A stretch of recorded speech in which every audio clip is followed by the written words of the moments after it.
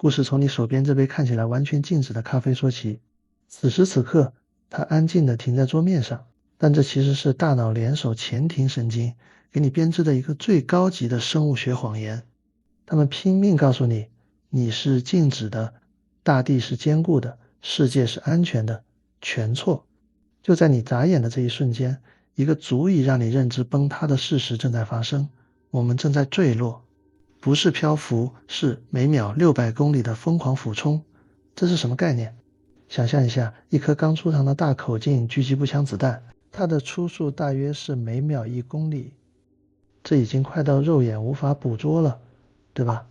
现在请把这个速度乘以600倍，想象你的房子被一根看不见的钢缆死死套住，而钢缆的另一头挂在某种不管是上帝还是魔鬼制造的引擎上，它瞬间开足马力，把你连人带楼，以比子弹还要快600倍的急速疯狂地拽向悬崖。按理说，在钢缆绷直的那一刻，空气会被撕裂，巨大的过载会把你的内脏压成肉泥，你的房子会瞬间化为灰烬。但最恐怖的事情发生了，在这场时速216万公里的暴力狂飙中，你手里的咖啡竟然一滴都没洒，窗外的树叶纹丝不动，你甚至觉得岁月静好。这是一场完美的持续了几十亿年的宇宙级绑架案。这根钢缆勒了我们几十亿年，没人发现，直到1986年，那是一个天文学界还沉浸在古典主义傲慢里的年代。当所有人都以为宇宙像瑞士手表一样精密运转时，有7个疯子偏偏要在完美的表盘上凿开了一道裂缝。当时的大佬们，也就是坐在哈佛剑桥办公室里的那帮聪明人，他们眼里的宇宙特别乖。在他们看来，宇宙就像是一个正在烤箱里慢慢变大的面团，我们这些星系就是面团里的葡萄干，大家都在很有礼貌的均匀的互相远离，你离我远点，我也离你远点，谁也不碍着谁，这就叫岁月静好。但在加利福尼亚，在一个充满二手烟味和计算机散热噪音的房间里，唐纳德·林登贝尔看着手里的一长条打印纸，冷汗都下来了。那时候没有液晶屏，数据都是打印在纸带上的。他手指捏着那张发黄的纸，看着上面的波浪线，越看越不对劲。按理说，如果宇宙真的很乖，这些线条应该是一条平滑的直线，代表大家都在安安静静的散步。但并没有，他手里的线条像是一个心脏病人的心电图一样，正在疯狂的上下乱窜。这说明什么？这说明我们的银河系还有隔壁那个优雅的仙女座根本没有在散步。整个本星系群，这个包含了几十个星系、数万亿颗恒星的大家族，现在的状态像是一群在草原上受惊的野牛。他们不仅没有互相远离，反而正挤在一起，以一种整齐划一的疯狂速度，不要命地朝着半人马座的方向冲刺。当这7个人试图告诉世界我们在狂奔时，迎接他们的只有嘲笑。主流学界给他们起了个外号叫七武士，这可不是夸他们，这是在骂他们是拿几把破刀挑战正规军的疯子。在那些大教授眼里，这几个人拿出来的手绘图纸简直就是涂鸦。直到那场决定命运的巴尔的摩会议，当时的会议厅里坐满了全世界最聪明的大脑，所有人都抱着看笑话的心态，等着看这7个人出丑。7武士之一的桑德拉·法伯走上讲台，他没废话，没辩解，直接按下了幻灯机的开关。咔嗒一声，一张图投射在大屏幕上。就在那一瞬间，原本还在窃窃私语的几百人像被掐住了脖子一样，瞬间死寂。为什么？因为在此之前，人类画出来的星系运动图就像是一锅煮开的乱粥，箭头指哪的都有，乱七八糟。但桑德拉放出的这张图不一样，图上那成千上万个代表星系的小箭头，就像是散落在纸上的铁屑，突然遇到了一块巨大的强力磁铁，没有任何杂乱，没有任何例外。所有的线头，所有的星系都在被一种看不见的怪力强行扭转，死死的笔直的指向同一个方向。那场面太震撼了，根本不需要任何解释，连傻子都能看出来，我们不是在宇宙里瞎溜达，我们是一群掉进激流里的鸭子，正身不由己的排着整齐的队伍。被冲向同一个巨大的瀑布口。科学家算了一下那个拉着我们要命的东西有多重，结果吓死人，它起码相当于几万个银河系加在一起的重量。这么个庞然大物，甚至可以说是一个吞噬星空的巨嘴，就在离我们家门口不远的地方。科学家给它起名为巨引源。按理说，这么大、这么重、引力这么强的东西，它应该像黑夜里的探照灯一样亮才对。只要我们一抬头，就应该能看见它盘踞在夜空中，像个巨大的漩涡。但诡异的事情来了，哪怕是今晚，你拿着望远镜看向那个方向，你什么都看不见。那里只有几颗暗淡的小星星，黑得像鬼一样。为什么？这么大的东西怎么会隐形？因为我们遇到了全宇宙最恶心的一个巧合。这事其实很好懂，我们的银河系形状像个盘子，盘子里塞满了灰尘和气体，这些灰尘就像是重度雾霾，是不透光的。而那个足以毁灭我们的巨引源位置不偏不倚，精准的令人发指，刚好就躲在银河系盘面的正后方。听懂了吗？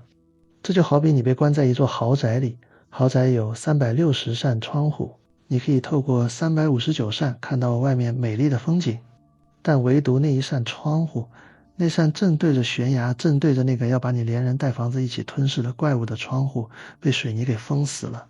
这真的是巧合吗？宇宙有360度全景，它本可以出现在任何方向，可它偏偏就躲在我们视线的死角里。这让你不得不怀疑，是不是有个系统管理员，为了不让我们这些低级观察者过早发现系统的真相，故意把这个巨大的后台伺服器藏在了我们灯下黑的地方。天文学家无奈地给这个区域起名叫引带。现在我们把开头的那个比喻升级一下，是的，你还是在那辆比子弹快600倍的车上狂飙，你知道前面是悬崖，你知道有一根钢缆在拖着你，但这一次绑架者不仅把你绑在了椅子上，还给你的头上套了一个厚厚的不透光的黑布带，你看不见前面有什么，你只能在一片黑暗中听见那根钢缆崩裂的声音，以及远处那个像瀑布一样的轰鸣声。既然我们在坠落，那我们究竟在坠向哪里？把那个黑布带，也就是银河系的尘埃墙撕开之后，到底藏着什么东西？这场持续了几十亿年的宇宙绑架，为什么直到1986年才被人类发现？评论区说说你的猜测，是因为我们太渺小，还是因为绑匪太狡猾？既然头套已经被戴上了，既然知道前面有个怪物在拉我们，那人类最本能的反应是什么？当然是想办法把这个头套撕开。如果有人蒙住你的眼，你拼了命也会想透过布料的缝隙看清绑架你的人长什么样。这是刻在我们基因里的求生欲。于是天文学家们把地球上最昂贵最精密的眼睛哈勃太空望远镜、钱德拉 X 射线天文台统统对准了那个让我们疯狂坠落的源头。我们满怀期待，我们以为凭借人类最顶尖的科技能像剥洋葱一样剥开银河系的尘埃，看清那个怪物的真面目。但是现实给了我们一记响亮的耳光。当照片冲洗出来的那一刻，所有人都沉默了。哈勃望远镜，这个能看清100亿光年外星系细节的神器，在面对那个方向时瞎了。照片上是一片被涂抹过的厚重的令人窒息的黑，挡住视线的就是银河系盘面那层厚厚的尘埃墙。这些微米级的碳渣和钻石颗粒层层叠加成一堵绝对的碳锡之墙，刚好挡住了巨引源的方向。这真的是巧合吗？宇宙360度全景，巨引源偏偏躲在我们的视线死角，难道是系统管理员故意隐藏的？这就意味着对于生活在地球上的我们来说，那个方向的资讯是物理断联的。这种感觉比单纯的看不见更糟糕。这是一种幽闭恐惧症。你坐在那辆狂飙的车上，睁大眼睛想看清前面的悬崖，但你眼前立着的不是透明玻璃，而是一面镜子，也就是银河系本身。你越努力看，就越看不清外面，你只能看到镜子里反射出来的我们自己银河系那些绚烂的星云。这就是所谓的灯下黑。那个藏在暗处的捕食者利用了猎物家门口最刺眼的灯光来隐蔽自己。我们在聚光灯下表演，而真正的观众，那个决定了我们命运的东西，正坐在黑暗的观众席里，冷冷地注视着我们。有些激进的物理学家甚至怀疑，这层尘埃墙是不是系统的未渲染区域。如果我们强行穿透它，看到的可能不是物理世界，而是系统的报错乱码。但是人类这种生物最大的特点就是头铁，越是你贴着封条写着禁止访问的地方，我们越要想尽办法撬开一条缝。既然可见光会被挡住，既然我们的肉眼和哈勃望远镜在影带面前是个瞎子，那我们就换一种眼睛。我们要感谢一位在这个故事里至关重要的女性，蕾妮·克兰·科特维格。她不像其他天文学家那样知难而退，她像一个执着的骇客，把毕生的精力都花在了如何穿墙上。她知道光线过不去，但是无线电波可以。在南非或澳大利亚的荒漠深处，巨大的帕克斯射电望远镜像一只电子耳朵，死死贴在银河系这堵后墙上。蕾妮和他的团队在满屏的雪花点和杂音中寻找那些来自墙后的微弱讯号。这就好比在嘈杂的建筑工地上，隔着混凝土墙听隔壁的窃窃私语。终于，墙后的世界露出了一角。当红外线数据被重新建模，那些原本看不见的星系被点亮时，所有人都倒吸了一口凉气。在那层厚厚的幕布后面，根本不是虚空，那里拥挤得像是一个难民营。他们看到了一个巨大的星系壁垒——诺玛星系团，但这还不是全部。诺玛星系团只是这面墙的一块砖，在它周围还有更多星系连接在一起，形成了一道横亘在宇宙深处的长城。这就是巨影源的真面目吗？不，这只是它的牙齿。所谓的巨影源不是一个黑球，而是一个盆地，就像把床单中间扔进一个保龄球，成百上千个星系团堆积在这个巨大的重力凹陷里，扭曲了空间。我们就在这个漏斗边缘，顺着坡度往下滑。如果觉得前面有深渊在拉已经够绝望，接下来的反转会带来生理上的不适。2017年，耶胡达·霍夫曼团队在检查宇宙账本时，发现了一笔巨大的坏账。这笔坏账出在速度上。科学家发现我们的银河系跑得太快了，快得不合常理。打个最通俗的比方，这就像你在平地上推一辆坏掉的车，前面有一个人巨影源拿绳子在拉，你算出他的力气，车子每小时应该走50公里。但现在的实际情况是，车子正以100公里的时速在狂飙。这说明了什么？这说明光靠前面那个人拉，绝对没这么快。唯一的解释是，在车屁股后面还有一个人在推。霍夫曼立刻意识到我们可能一直看错了方向，于是他把望远镜调转了180度，死死盯着我们身后的那片区域。当超级计算机把那片区域的数据跑出来之后，荧幕上出现了一个让所有人都毛骨悚然的画面。在我们身后，原本应该也是充满了星星和尘埃的地方，出现了一个巨大的死坑。那里什么都没有，没有星系，没有光，甚至连肉眼看不见的暗物质都被抽干了。它干净的就像是宇宙被一把巨大的手术刀硬生生地挖去了一块肉。最可怕的不是它是空的，而是它在发力。在物理学上，这叫偶极驱逐器。为了让你听懂这个词有多恐怖，请想象一下，你站在一个挤满人的房间里，突然房间中央出现了一个不断膨胀的透明气球。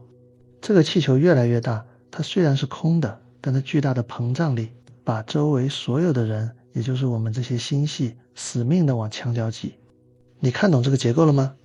打个最通俗的比方，这就像你在平地上推一辆坏掉的车，前面那个叫巨影源的大力士正拿着绳子死命地拉你。按他的力气，科学家算过，这辆车撑死只能跑每小时50公里。但现在的实际情况是，仪表盘上的数字吓了你一跳，车速直接飙到了100公里。前有悬崖，后有追兵，我们被夹在中间，根本没得选。这哪里是什么自然的星际漂流，这分明就是一条精心设计的工业流水线。这不仅仅是引力，这是驱逐。这就好像宇宙里有一种我们看不见的清洁机制，它觉得我们是多余的，于是它启动了一台巨大的宇宙吸尘器，后面吹气，前面吸气，要把银河系这里碍眼的灰尘彻底高效地清理出去。那么这个在我们身后狠狠推了一把的偶极驱逐器，它到底是什么？是宇宙的自然空洞，还是某种程式的删除指令？更重要的是，如果我们是被清理出去的废料，那么那个所谓的终点真的只是一个引力中心吗？还是说那里其实是一座巨大的垃圾处理厂？我们都知道万有引力，这玩意很好懂，就像你拿一块磁铁去吸铁钉，它负责把东西拉过来。在我们的常识里，宇宙里只有拉的力量，没有推的力量。但是怎么解释我们背后那股巨大的推力？怎么解释一片空荡荡的地方，明明什么都没有，却能像一只大手一样狠狠地把我们推开？这就是那个让天文学家冷汗直流的发现——偶极驱逐器。别被这个名字吓到了，它其实就在我们银河系的屁股后面，离我们大概2亿光年。在星图上，那是一片巨大的鬼城，那里既没有星星，也没有星云，甚至连暗物质都少得可怜，它就是一片彻底的死寂。按理说，空的地方就是空的，它应该安安静静的待着。但实际上，这片鬼城表现得非常暴躁，它不仅仅是空，它似乎拥有一种把人往外赶的怪脾气。为了让你听懂这有多诡异，请想象一下，你正在挤早高峰的地铁，车厢里挤满了人，也就是星系。突然，车厢中间出现了一个看不见的透明气球。这个气球虽然里面什么都没有，但它正在疯狂地变大、充气、膨胀。因为它在膨胀，它就拥有了巨大的排斥力。它把原本挤在周围的乘客，也就是我们银河系死命地往车厢角落里挤，这就叫挤牙膏。它把空间撑开了，把我们像牙膏一样从那片区域里挤了出去。这种恐惧比面对一个黑洞还要可怕。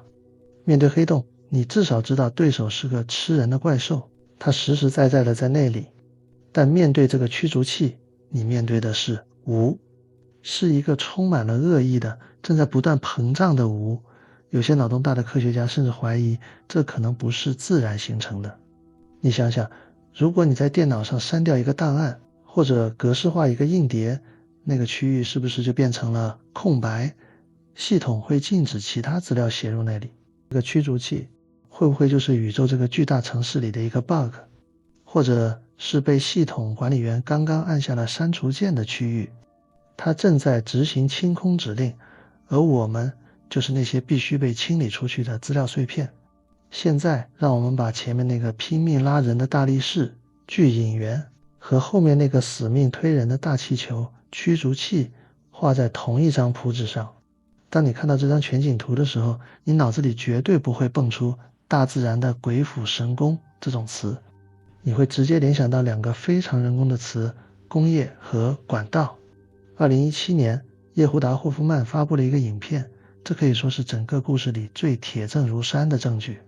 在这个影片里，无数条代表星系运动的线条，并不是像无头苍蝇一样乱飞，也不是像漩涡一样转圈，它们是笔直的。这些线条就像是工厂里的输送带，从红色的驱逐器那一头喷涌而出，笔直的穿过我们所在的银河系，然后加速冲进银色的巨引源那一头。你看懂这个结构了吗？这根本就是一套完整的前推后拉系统，后面装了一个强力高压泵，学名叫驱逐器，前面装了一个超级抽水机，学名叫巨引源。而我们，不管是太阳系、银河系，还是人类引以为傲的飞船，全都夹在这2个巨型机器中间。这哪里是什么星际旅行？这是一个横跨数亿光年的超级管道。在这根管道里，星系不是在飞，而是在流。就像水管里的水，我们是被夹在中间的流体。不管你怎么挣扎，不管你的飞船能飞多快，你都没有选择方向的权利，因为巨大的压力差已经把你的命运锁死在了这条唯一的轨道上。打个最扎心的比方，你就是一粒灰尘，你不偏不倚，正好落在了一个正在全功率运转的吸尘器管口。后面有大气压在死命的推你，前面有大功率电机在拼命的吸你。你在管子里飞得飞快，你以为自己在自由翱翔，其实你只是在被这台机器处理。这套前推后拉的机制效率高的吓人，它硬生生的把我们的坠落速度叠加到了每秒600公里，甚至以后还会更快。这让我不禁想问一句，为什么要设计的这么高效？如果宇宙只是大爆炸后随便炸出来的，怎么可能形成这么像流水线的结构？这种结构在我们的生活里通常只出现在一种场景里，排污。你想想看，当我们想把马桶里的脏东西冲干净时，我们会利用虹吸效应在前面吸；当我们想疏通堵塞的下水道时，我们会利用高压水枪在后面推。看着那张笔直的流场图，你很难摆脱一种宿命论的怀疑，也许银河系连同我们这些自以为是的智慧生命，在宇宙这个巨大的有机体里扮演的角色并不是什么大脑细胞或者灵魂火花，我们可能只是代谢产物。说的难听点，我们可能只是需要被冲刷掉的淤泥。这套前拉后推的机制就是宇宙的一套全自动排污系统，正在把我们高效的、不可逆转的冲向那个最终的下水道口。说到这个宇宙下水道，我们必须得聊聊那个听起来美得冒泡的名字——拉尼亚凯亚、拉尼亚基亚。2014年，布伦特·塔利教授为了给我们要死要活奔向的这个老家起个名，特意查了夏威夷语的字典，最后他选了 Laniakea， 意思是无尽的天堂。听起来很浪漫，对吧？像是一个等着我们去度假的5星级饭店，但这简直是天文学史上最大的黑色幽默。因为塔利教授划定这个天堂范围的方法，并不是看哪里星星多，也不是看哪里风景好，他只看一样东西——流向。他把所有正在身不由己的像水流一样流向那个巨引源的星系统统画进了一个圈子。在懂行的人眼里，这种结构根本不叫天堂，这叫大漏斗。你可以把它想象成地球上的亚马逊河流域，不管你是在山顶还是在溪流里，只要一下雨，所有的水滴最终只有一个宿命，汇入亚马逊河，然后流向同一个入海口。所谓的拉尼亚凯亚本质上就是一个直径 5.2 亿光年的超级大漏斗，这就是我们这个天堂的真实面目。它不是平原，它是斜坡。在这个漏斗里，银河系、仙女座还有周围那10万个星系都只是顺着坡度往下滑的水滴。我们以为自己在探索宇宙，其实我们只是在顺流而下。所有的支流最终都指向了那个唯一的排水口——巨引源。如果这叫天堂，那也是一个只许进不许出的天堂。它更像是一个精心设计的捕鱼笼，或者是用来收集所有物质，然后把它们统一输送到某个地方的收集器。但是如果剧情真的这么简单，这就不是宇宙了。就在我们以为找到了罪魁祸首，以为巨引源就是那个把我们吞掉的最终 BOSS 时，天文学家把望远镜的焦距调得更远了一些。这一条让所有人的心都凉了半截。他们发现那个我们以为是终极主宰的巨引源，那个质量相当于数万个银河系的庞然大物，它自己也在动。它没有停在那里等着我们，它也在逃命。数据显示，巨引源本身正带着所有被它捕获的星系，也就是我们这些倒霉蛋，以一种更惊人的速度跌向更深远的宇宙空间。这像什么？这就好像你在森林里被一只老虎追，你以为老虎是食物链的顶端，你吓得魂飞魄散，结果你回头一看，发现那只老虎满脸惊恐，因为它身后正站着一只霸王龙。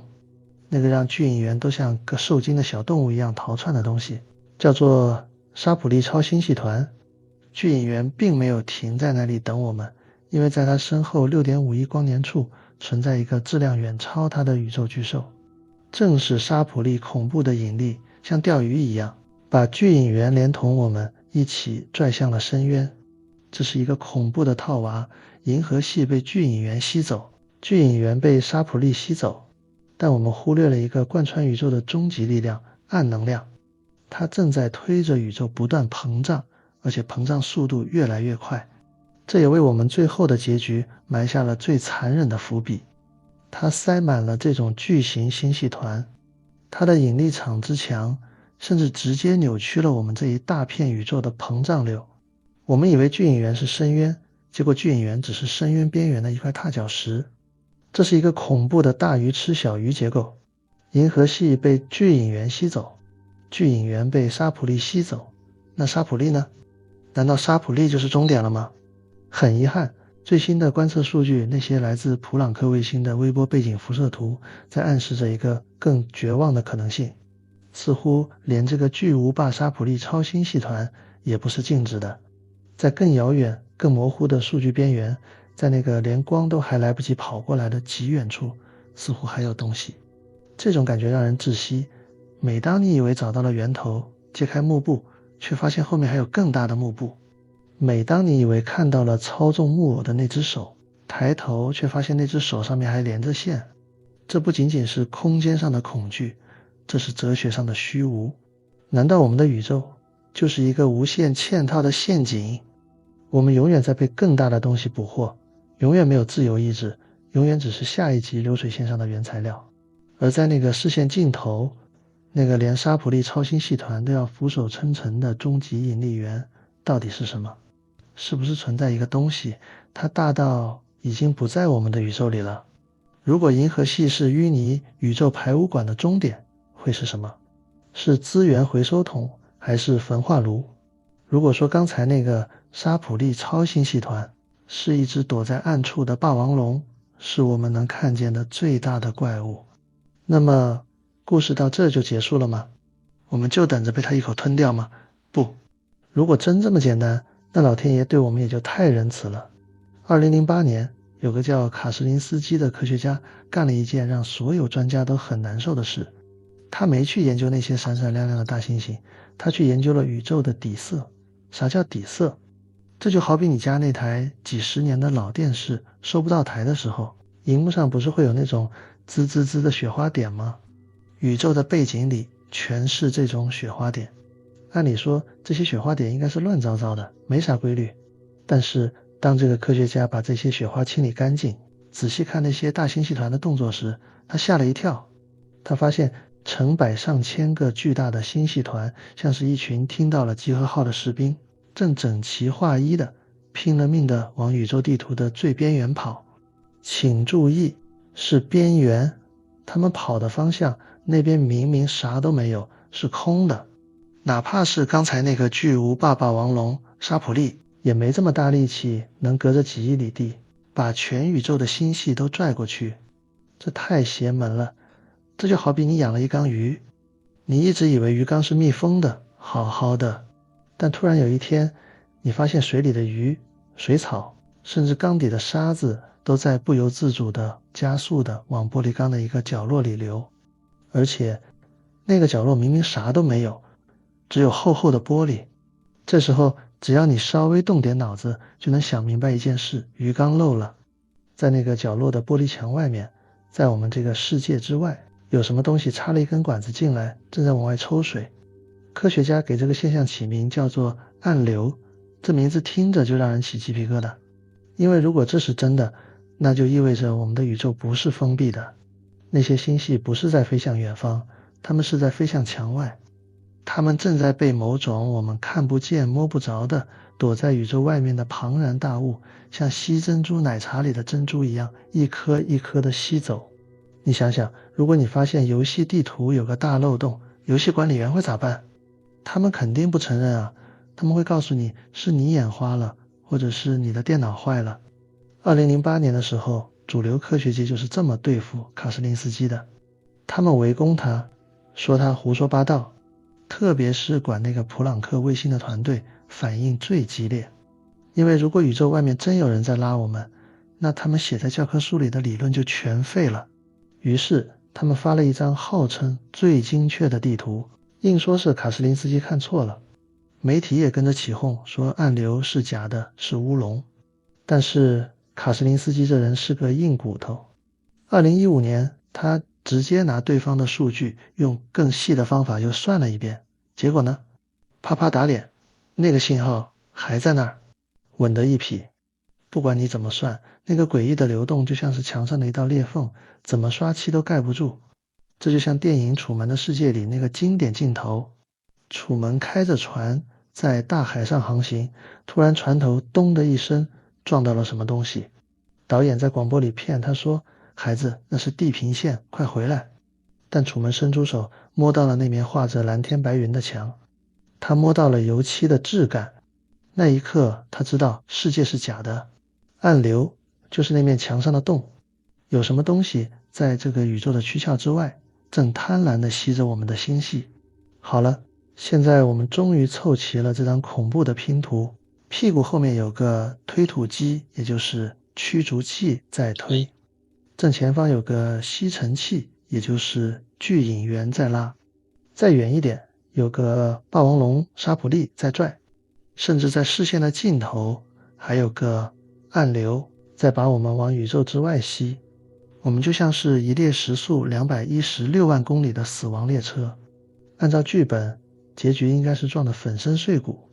但是这个宇宙最残忍的地方不在于它会把你逼到走投无路，而在于它会耍你。